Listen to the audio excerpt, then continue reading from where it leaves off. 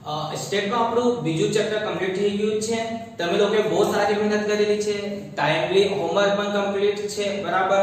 Continuously આ રીતે જ મહેનત રાખજો. આ વર્ષનું જે આપણી પાસે સિલેબસ છે ઓછું છે અને આ વર્ષ એવું પણ બની શકે સર તમે 100 માંથી 100 લઈ શકો, બરાબર છે. હાર્ડ ટોપિક હતા એ નીકળી ગયા છે એક પ્રકારે, બરાબર. એટલે જે મહેનત તમે કરો છો બહુ સારી છે.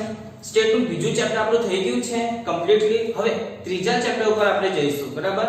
જે ત્રીજું ચેપ્ટર છે એ બીજા ચેપ્ટર ઉપર જ આધાર રાખે છે, એ ધ્યાન રાખજો સ્ટેટનું, બરાબર. આજ લેક્ચરમાં આપણે જોઈએ સર કે ત્રીજા ચેપ્ટરમાં કેટલા સૂત્રો આપણે કરવાના છે. બેસિકલી સૂત્ર લઈએ, પછી આપણે જે દાખલાઓ છે એ પણ સોલ્વ કરવાની ટ્રાય કરીશું.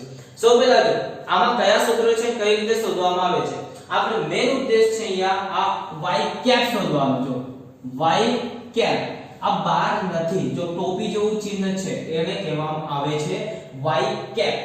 તો y કેપ નું સૂત્ર શું બને? સો પહેલા તો y કેપ બરાબર a bx. ધ્યાન રાખો a bx આ y કેપ નું સૂત્ર છે a bx. એની ઓળખાણ બને છે નિયત સંબંધ રેખા, બરાબર. આપણે બીજા ચેપ્ટરમાં સહસંબંધાંક કે ક્રમાંક સહસંબંધાંક આ બે વસ્તુ હતી, બરાબર. આ ચેપ્ટરમાં છે તમારી પાસે નિયત સંબંધ રેખા. નિયત સંબંધ રેખાને જ y કેપ કહેવામાં આવે છે અને આનું સૂત્ર છે a bx. ધ્યાન રાખો bx મલ્ટીપ્લિકેશન ના છે. હવે સર a કઈ રીતે શોધવામાં આવે, b કઈ રીતે શોધવામાં આવે અને x કઈ રીતે શોધવામાં આવશે, બરાબર. આ મુદ્દો આવે છે. હવે જો a નું ફિક્સ સૂત્ર છે a બરાબર y bar minus bx bar. a નું હંમેશા બધા દાખલાઓમાં ફિક્સ સૂત્ર રહેશે, એ બદલાશે નહીં. a નું સૂત્ર છે y બાર માઈનસ bx બાર. આ a નું સૂત્ર આવ્યું. y બાર કઈ રીતે શોધવામાં આવે તમને ખબર છે, x બાર કઈ રીતે શોધવામાં આવે તમને ખબર છે. આનું સૂત્ર શું છે? વાત આવે b. જો a પર કોના ઉપર આધાર આવી ગયો? b ઉપર.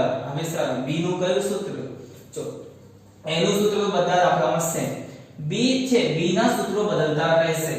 b ના સૂત્રો આપણે જે સેકન્ડ ચેપ્ટર કરીને આવ્યા છે એના આધારે જ છે. જો કઈ રીતે? સો પહેલું b નું સૂત્ર શું લાગશે? સિગ્મા x x બાર y y બાર upon. જો ગયા ચેપ્ટરમાં કરેલું એ રીતનું છે સિગ્મા x x બાર y y બાર. આમાં ફેર શું છે કે સર અહીંયા આપણે અંડર રૂટમાં અર્ધીમાં x x બાર નો સ્ક્વેર y y બાર નો સ્ક્વેર કરતા હતા અંડર રૂટમાં. અહીંયા નીચે આ કયું જ નથી. અહીંયા x જ ધ્યાનમાં રાખવાનું છે, y ને ધ્યાનમાં રાખવાનું નથી. y ને જે પણ હોય નીચે એને લગતું કોઈ અહીંયા ધ્યાનમાં રાખવાનું નહીં હોય અને જે અંડર રૂટ હોય એ પણ નીકળી જાય. એટલે આનું સૂત્ર બને છે sigma x x બાર y y બાર upon sigma x x બાર નો સ્ક્વેર. ખતમ. આટલું જ છે. એટલે કે બીજા ચેપ્ટર ઉપર ઈઝી છે, ધ્યાન રાખજો. હવે આ r ના લગતી જો સૂત્ર છે તો આમાં બીજો હજુ સૂત્ર હતા જો આપણી પાસે xy ની વિધિ અને u v ની વિધિ એને લગતા પણ સૂત્ર છે. સપોઝ b નો આ સૂત્ર લાગી શકે અથવા કે b નું આ પણ સૂત્ર લાગી શકે. જો b નું સૂત્ર શું બની શકે પછી? n sigma x y minus sigma x sigma y. આપણે જે બીજા ચેપ્ટરમાં કરેલું એ રીતનું છે. n sigma x y minus sigma minus sigma x અને sigma y upon. મેં શું કીધું સર y ને લગતું કઈ અહીંયા કરવાનું નથી અને કરી દીને ભૂલી જાઓ. x ને લગતું છે ને, જો સેમ જ છે. n sigma x નો સ્ક્વેર minus sigma x નો હોલ સ્ક્વેર. ખબર પડી? સેમ ટોપિક છે. આનું b નું હજુ એક સૂત્ર બની શકે છે u v વિધિ વાળું. સેમ પેટર્ન ફોલો થશે. જો b બરાબર n sigma u v minus sigma u sigma v upon n sigma u minus sigma u નો સ્ક્વેર. હવે ત્યાં y ને લગતું કઈ નહીં હતું, અહીંયા v ને લગતું કઈ આવશે નહીં. અંડર રૂટ પણ રહેવાનું નથી, બરાબર. આટલા સૂત્ર છે ઇન શોર્ટ આપણી ચેપ્ટરમાં. મેન તો સર થોડા એક બે સૂત્ર હજુ છે, આપણે જ્યારે ઓનલાઈન લેક્ચરમાં જઈને ક્લિયર કરીશું. એક વખત ફરી આ સૂત્ર જોઈ લો કે રીતના છે. y કેપ નું સૂત્ર શું બને? a bx. y કેપ નું સૂત્ર શું બનશે? a bx, જેને નિયત સંબંધ રેખા પણ કહેવામાં આવે છે.